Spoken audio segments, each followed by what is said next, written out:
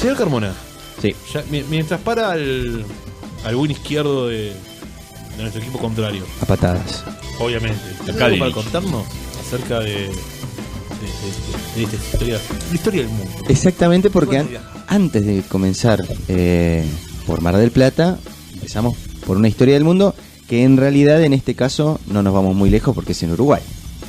El primer campeonato mundial de fútbol se jugó justamente en Uruguay en 1930 y la elección de ese país no fue por puro capricho. Resulta que Uruguay era potencia. En ese momento había salido campeón en los Juegos Olímpicos del 24 y del 28, entonces era como grosso. 13 países disputaron el primer campeonato del mundo tras la baja de varios países europeos por los costos de los viajes y un continente en crisis que era el europeo. Cabe destacar que había habido, aparte de esto, un boicot porque se habían presentado equipos europeos para organizar el mundial y se lo cedió a Uruguay y Jules Rimet. Exacto. ¿Me equivoco? Sí, ¿No? sí, Jules Rimet. No me estoy equivocando con esto. Sí, sobre todo también muchos equipos se bajaban porque en aquella época era un viaje de 1 mes y medio en barco. Venir a Uruguay. Recordemos el crack del 29 también. O sea, digamos, la crisis económica que había, que hubo suicidios por doquier. Perdón que No, por favor, me gusta No, que comentemos no me pegue. esto. No. La final fue ganada por Uruguay, que se impuso a Argentina por 4-2. Y, Otra vez. y esto lo agrego un poquito yo, comenzando para nosotros una tradición de subcampeonatos más vigente que nunca. Pero tradición que nos está rompiendo Holanda. Bueno, sí, No, pero no estoy de acuerdo, Holanda nomás, pecho frío. Mundiales tenemos 3, tenemos las últimas 3 Copas Américas y mucha gente se olvida de la Copa de las Confederaciones 95. También hay que sumarlo a esta larga lista de fracasos que se suceden desde el año 93, cuando ganamos la última Copa América, Exacto. y el año 94, cuando nace Teis Sports, la madre de todas las mufas. Perdón. Eh, ¿La final perdida contra Nigeria no cuenta? ¿En las Olimpiadas? también. Sí, Más pero o se menos. ganaron 2 Después Juegos se ganaron dos, Olímpicos. por eso le digo, Es hay un una equipo. roscura ahí medio- No. Lo de los Juegos Olímpicos es un equipo sub-23. No entra como así tampoco entran los campeonatos mundiales sub-20 o sub-17 o sub-15 o sub No. lo que quieras. No entra el campeonato de los dogos. Tampoco. Yo lo- Y los lo murciélagos banco. tampoco. Tampoco entran los murciélagos. Y los grosos. Hablamos del equipo de la selección argentina superior. mayores, bueno. Como le Exacto. dicen en España, la selección argentina total. Eh, Absoluta. Después de esta decepción continúe, Carmona. Bien. Es sabido que la final se jugó el primer tiempo con la pelota argentina y el segundo tiempo con la uruguaya, porque claro, eran tan distintas, medio que la hacían a mano. La de Tiento. Exactamente. Entonces, bueno, se jugaban un Mi tiempo abuelo y un jugó tiempo. con esa.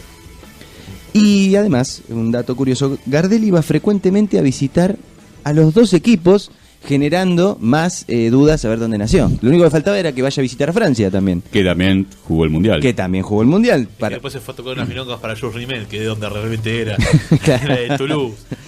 Exactamente. Y tengo dos pequeñas historias de arqueros, justamente este puesto tan raro que tiene el fútbol. Acá hay uno. Sí, no me voy a acordar. El arquero de Francia, Tepot, fue el primer jugador en abandonar la cancha Sí. y lo tuvo que reemplazar un compañero porque no estaban previstos los cambios en esa época. El que. El Laurent. Laurent Lucien. Laurent Lucien fue el que lo reemplazó. Fue el primer jugador que metió un gol en los mundiales. Exactamente. Y también porque fue un 4-1 contra México, si no me equivoco. Ese partido fue el primer anotador de un gol en los mundiales y el primero que recibió un gol. Claro. Fue cuando entró el arco y metió el descuento de los mexicanos. Perdone. No, fue pero una por favor, es nota muy de buena, color. muy buena. Y entre paréntesis, ese mismo arco donde hizo el gol y le hicieron el gol sigue erigido en el medio de una plaza en Montevideo. El estadio ese ya no Positos. existe. Era No Estadio es- Positos, sí. ¿Positos? Sí. Bueno, el arco sigue estando, no así el estadio. Se jugó en Positos, en el Estadio de Nacional. El Estadio Positos no existe más, el Nacional lo modificaron. Y cuando se terminó después el centenario, ahí sí se jugó después el resto del mundial. Exactamente. Perdóneme, me salió el No, por favor.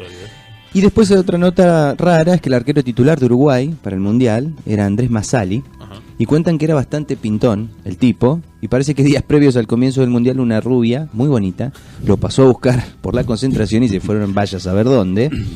estuvo no sé cuántas horas desaparecido, Masali, de la concentración. Ahora le hacen mejor los jugadores porque las minas van a la concentración. Pero en esa época los pasaban a buscar. Claro, no hace falta escaparse hoy en día. Por una cabeza. Claro. Bueno, parece que los dirigentes uruguayos lo expulsaron del plantel que iba a jugar. Y los compañeros estaban disconformes porque para ellos era una baja y muy importante el arquero. Así que Masali, por culpa de una rubia, se quedó sin mundial. Y sin la gloria de poder haber sido campeón. Sobre todo, hay una anécdota muy linda de la final del 30, que no sé si usted la tiene. Depende de qué se trata. La de Pancho Barallo. Sí. Ah, cuéntela. Y después, si me falta algo, usted me tira al centro. Le tiro... Lo que en principio debía ser una fiesta del fútbol que hiciera olvidar las terribles consecuencias de la Primera Guerra Mundial, acabó convirtiéndose en un foco de conflicto entre uruguayos y argentinos. Cuenta Pancho Baralo, jugador y goleador argentino: los aficionados uruguayos nos hicieron la guerra desde que llegamos porque sabían que el título iba a estar entre Argentina y Uruguay. Por la noche no nos dejaban dormir, que es una vieja costumbre sudamericana de la Copa Libertadores, y nos insultaban hasta en los entrenamientos. La rivalidad llegó a tal punto que muchos jugadores argentinos temieron por sus vidas cuando en el descanso Argentina iba ganando 2-1. Exactamente. 2-1. Mejor que perdamos, si no aquí morimos todos, llegó a decir Paternoster a sus compañeros en un vestuario en el que se palpaba el miedo, por no decir una palabra con C. O sea, ese fue el nacimiento de la clásica y famosa pecheada. Exactamente. Totalmente. Exactamente.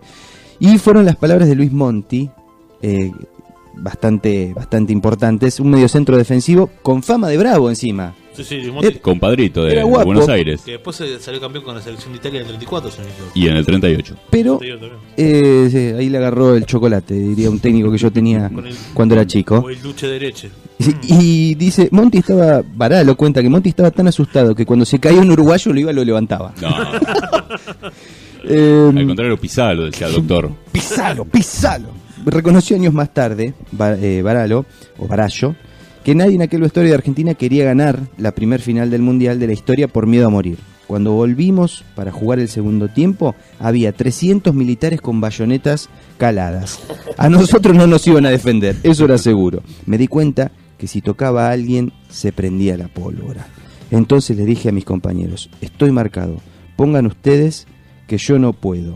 ¿O qué pretendían? ¿Que me convirtieran en héroe a partir de una muerte en el fútbol? Dijo Pancho.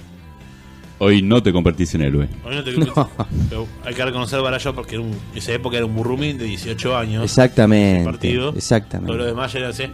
Mi abuelo, que todavía vive, tiene 95 años. Sí. Mi abuelo lo conoció a Bocio, el arquero de la selección, de la subcampeona del mundo del 30. Porque Bocio era, no hablamos de Bocio, el que metió el primer gol de cabeza. Claro, no el chiquito Bocio. No el chiquito Bocio, sino Carlos era, ¿no? Si no me equivoco. No, Carlos Bocio era el chiquito. Bueno, no me acuerdo del nombre de pila.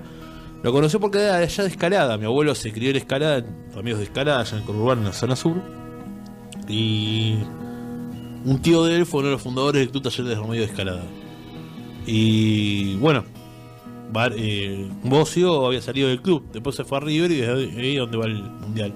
Lo había conocido a Bocio, que dice que era un tipo que era, no sé cómo se llama, una bestia, era un yeti gigantesco, pero tenía una pinta de Gardel, era una cosa increíble. Y se comió 4. Dice, no se comió 4, pero también andás a jugar. Es jodido, andás jugando a la Libertadores ahora de visitante, no te vas a comer 4 No sé. en el 1930, en el alambrado olímpico. No sé.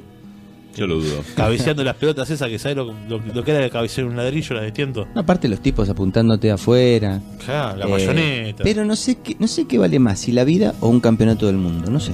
Que el campeonato del mundo, Me por parece que supuesto. sí, Yo dejo la vida. A ver, yo digo, si Jesse Owens fue capaz de ir y mojarle la oreja a Hitler, ¿qué le costaba a la selección argentina poner lo que tenía que poner? O seguir jugando como estaba jugando en aquella final del 30. No sé. Me parece como que la picharon y punto. Deberían reconocerlo y no. Eran otros tiempos. Aparte de la garra charrúa, hay que tenerle respeto.